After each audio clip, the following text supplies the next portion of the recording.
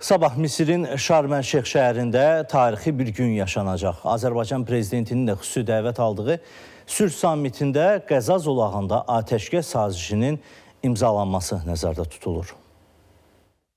Həmas bugün sağ qalan 20 İsrailli girovu azad edə biləcəyini təsdiqləyib. Bu barədə The Wall Street Journal məlumat yayıb. Bildirilir ki, Həmas bununla bağlı ərəb ölkələri vasitəsilə İsrailə mesaj göndərib. İsrail rəsmiləri girovları bugün axşam qəbul etməyə hazır olduqlarını bildiriblər. Bununla belə girovların azad edilməsinin 13 oktyabr tarixində baş tutmasının daha real olduğu qeyd olunub. Eyni zamanda Həmas 28 İsrailli girovun meyitini də İsrail tərəfinə təhvil verməlidir. Bugün Qəzaya İsrail istiqamətində Kerem Şalom keçid məntəqəsindən ilk humanitar yük maşınları daxil olub.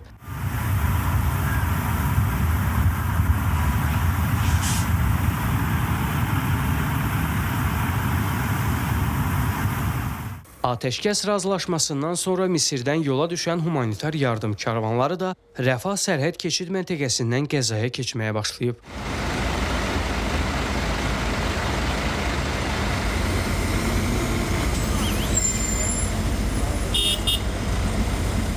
Bu arada Misirin Şarm-el-Şeyx şəhərində Qəzada atəşkəs məsələsinə həsr olunmuş zirvə toplantısı keçiriləcək. Bu barədə Misir prezidenti Əbdülfəttah Əs-Sisinin ofisi məlumat yayıb. Bildirilib ki, sülh samiti oktyabrın 13-də baş tutacaq və toplantıya Misir və ABŞ prezidentləri sədrlik edəcək. Qeyd olunur ki, samitə 20 ölkənin liderləri dəvət olunub. Məlumata görə zirvə görüşündə Türkiyə, Almaniya, Fransa, Böyük Britaniya, İtaliya, Qətər, Birləşmiş Ərəb Əmirlikləri, Yordaniya, Səudiyyə Ərəbistanı, Pakistan və İndoneziya liderlərinin və ya xarici işlər nazirlərinin iştirakı gözlənilir. Qeyd edək ki, Azərbaycanda Qəzza zolağında atəşkəs sazişinin imzalaması münasibətilə Misirin Şarm-el-Şeyx şəhərində baş tutacaq sülh sammitinə dəvət olunub. Zirvə görüşündə İsrailin baş naziri Benyamin Netanyahunun iştirakı gözlənilmir. Fələstinin Həmas hərəkatı isə Qəzza zolağında atəşkəs zolağının imzalanması mərasiminə qatılmaqdan imtina edib. Bu barədə Həmasın siyasi bürosunun üzvü Hüssam Badram məlumat verib.